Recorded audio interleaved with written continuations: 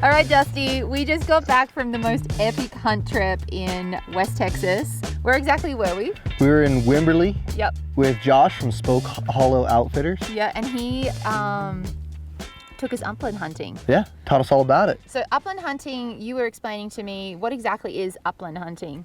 Well, best of my knowledge, it's all the birds that live more in the uplands. Like, they're not sitting in water. They're like the opposite of waterfowl hunting. Okay, so we did quail and we also did pheasant. So we've got with us some pheasant, right? Yeah.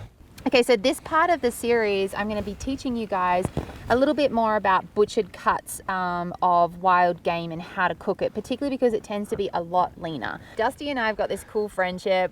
He brings this like incredible hunting knowledge, experience, like can-do, go-getter out, like attitude, right? We have a lot of fun together. We do have a lot of fun.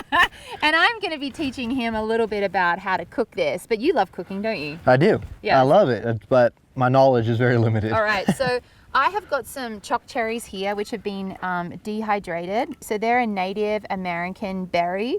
They grow typically more in mountainous areas.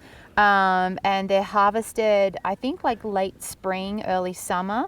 I thought we could make a dry rub for this. So Heck there's yeah. a few ways that you can kind of add flavor to your meat, and you can either do like a wet brine, a dry brine, or you can also mop your meat. So I thought we could make a cool dry rub with this. I've got my amazing little mortar and pestle here. So we're going to add in some berries, and we're going to start grinding up a beautiful dry rub, and we're just going to toss it through our quail and smoke it over our fire. A pheasant. I keep calling it quail. I mean, we got quail too. Yeah, we do have quail, but this is pheasant. Tell me again. Pheasant, pheasant, pheasant. So Dusty, I have got some ingredients here. I've got some chipotle.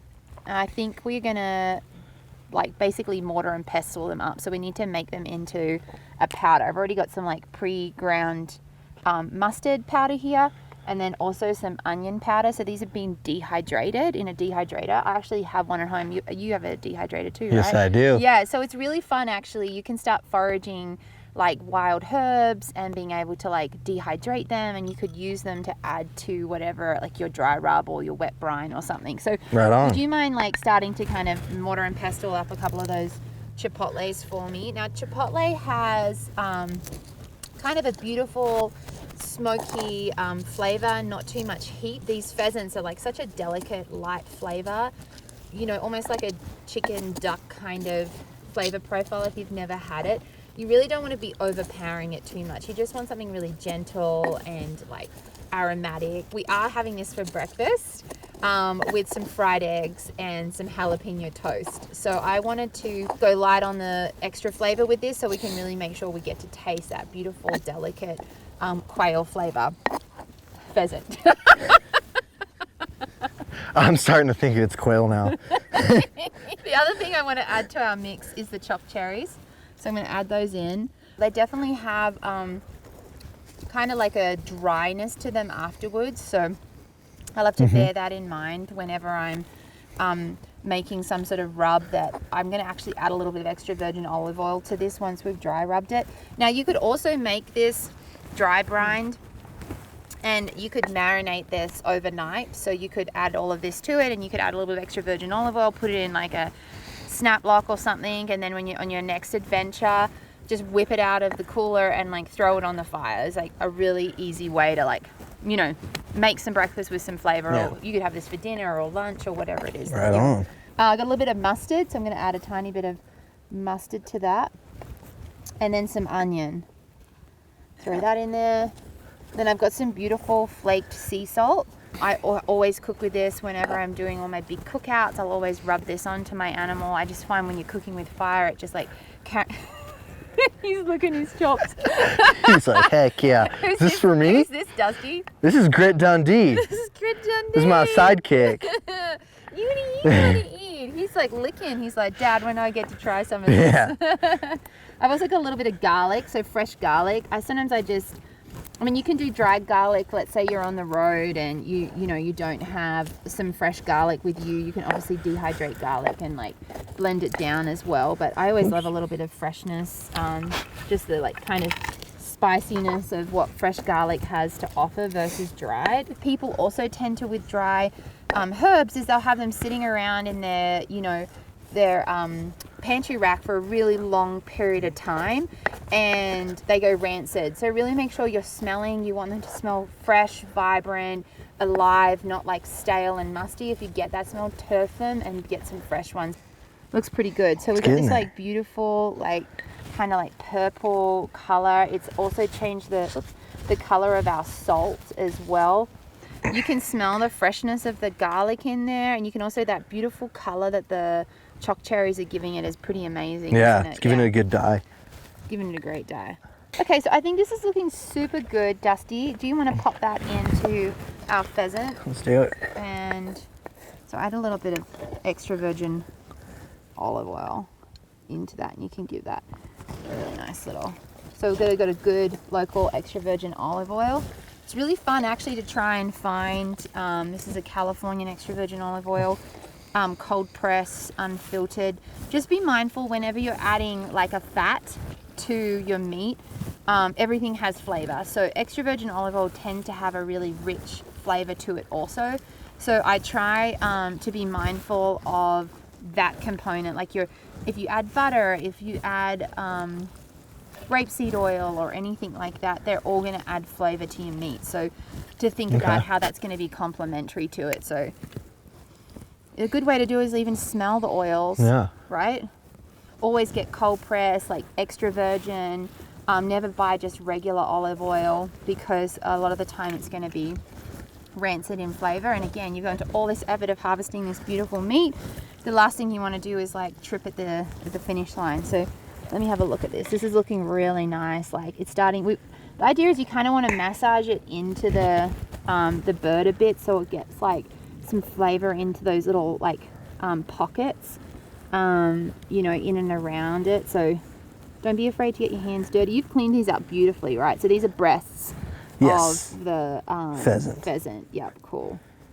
And then you kind of want to make sure you cut any of the silver off as best as you can. The silver is this little bit of skin here, and that's what kind of makes any game meat like tough to eat.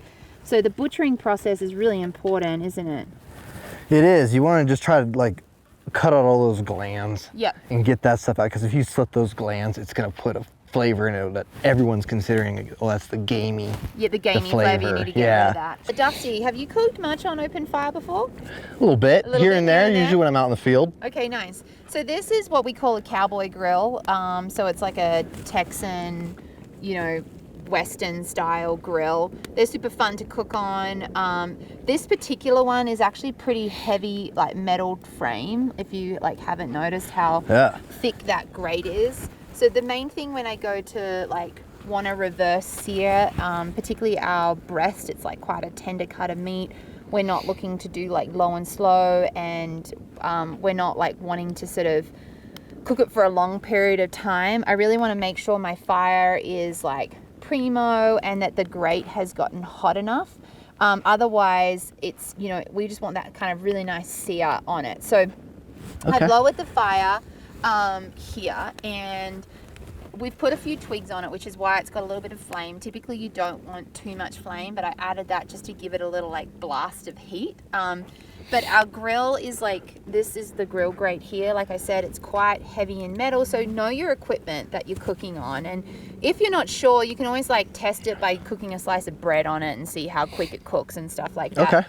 But I'm really liking the way our fire is looking. Like it's pretty, like you can put your hand there and you feel like you're searing yourself, right? So it's gonna sear our pheasant really nicely. So I'm just gonna add a little extra olive oil just now. I'm gonna give that a toss for me. Yes, with your hands. What we're wanting to do is grab our breast meat. Now you can see how thin that is. It's like quite a small, like fine cut. You can hear that sizzle. That's what we want. So make sure you kind of, you know, fan it out. So we're going to get nice even, like there's the bullet hole, a nice even cook time on it. That's super important. And we want to make sure we're adding the pheasant where it's like hot. So I've got this pan here for my eggs preheating, getting warm. So we want to add it into kind of like our hottest part here, which is through the center. The outsides of your fire are always going to be less hot, and I tend to use that to rest my meat, but we've actually got this really handy little top bar thing here which I'll use to rest. Okay, then we're going to crack some eggs. So it's some beautiful soy-free local eggs. It's super important when you're buying eggs to really know what the chickens have been eating, because it will affect the flavor of your egg. So we're not the only ones here today. There's camera crew here, so we're gonna make. That's not normally supposed to happen. Okay, that's not normally meant to happen. Cut. So our this is looking really nice. We've got a little bit of color on it. There, like honestly, like you can see how it's getting white here, which means our meat is cooking, which really doesn't need that much longer. I'm just going to give it a little whack on this side to get a little bit of caramelization on it. Okay. See how this one didn't get as much caramelization? Yeah. It just wasn't hot enough there. So you really, with a sear, you really want to make sure it's like high heat, get that caramelization on it, or what's going to happen is it's just going to what we call stew the meat. We're not going to get a really nice like caramel flavor going on. So okay. Something to be super mindful of when you're grilling meat like this. There's such a like fine line. We're going to rest our meat up here, because if you feel that, it's still like kind of getting a little bit of residual heat up there, and it's going to rest it really nicely.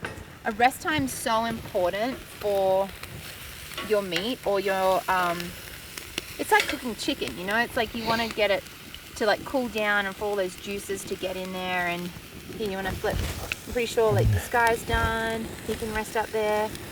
With breakfast and doing this kind of thing, it's all about timing. Our pheasant is resting, eggs are frying, and they're looking pretty perfect. We've got some beautiful sourdough jalapeno cheddar bread, which you could make your own. I like to put a little bit extra virgin olive oil, a little extra salt on top of my bread when I go to fry it. So we're just looking for a really nice like char on this bread to give it a little bit of color and flavoring. So then I just kind of like smash the oil into the bread with my hands like that.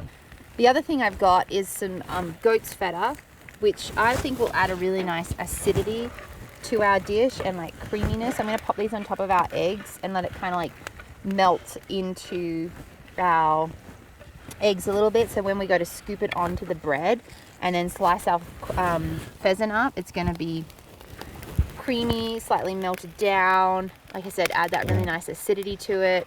Right on. It's going to be amazing. I really want to try a little bit of this. What do you think? That's good. What are you the best way I've had it yet. Really? Yeah. So we're going to flip this, and then we're going to load this sanger up and give her a try. Right on. All right, our bread is looking pretty cheddary delicious. It's looking top notch, like that cheddar just sizzling in there. Nice little golden brown. The cheddar's starting to sizzle. It's going to be crunchy. We're going to pull this off and we're going to assemble our sanger. Heck yeah. Or what? Our sanger. Sanger? It's the Aussie slang for sandwich. All right, bro. Time to prepare our sanger. Our sanger. First thing you got to do is like select your favorite cut of bread. Then we're going to go with our quail. Pheasant. I like to cut mine on an angle. It just gives it like a slightly more, you know, pro vibe for aesthetics. And then it also opens up the breast meat more. So instead of when you cut straight down, you just get more like surface space. And you get, rather than just like kind of biting into like the crust just the char. Outside. Yeah. Exactly. And then I'm just going to grab myself an egg. Throw it on there. Bit of that crunchy cheese. Looks so good. Yeah. You can load it up with as, you know, much or as little like, you know, meat as you want. Put a little bit under there. Throw it on. This is what I'm thinking. A sanger. Open face sanger. An open face sanger. Should we try a bit? Heck yeah. Let's steal your other half. Okay. Chin chin. Chin chin. Sanger. Yep. What are you tasting? I got a bit of that jalapeno from that bread. Yeah, I got some jalapeno. I got a bit of like it's good. Crunchy cheese in there. The yolk is still like runny a little bit, but not too runny. I'm not like a fan of exploding egg yolk. That's good. That's a delicious sanger. 10 out of 10? Yeah, it's the best sanger I've ever had. Well, thanks so much for helping me hunt, Dusty. Hey, yeah, thanks for teaching me how to cook. This is probably one of many adventures and cooking episodes we're going to be doing together. Heck yeah, I'm here for it. All right. Make sure you guys subscribe to this channel if you haven't already. Hit the bell so you know when the next episodes are going to be up and coming. And leave us a comment. Like, let us know how you found this. Like, information you want to know on hunting. Maybe stuff you'd like to see Dusty and I cook. Like fishing, like whole tuna, whole fish on log. Anything like that, we would love to hear from you guys. Land or sea. Land or sea, here we go. So this episode is like really cool. This whole series is something I'm super passionate about. There's going to be a bunch more up and coming, so make sure you check it out and share it with all your friends.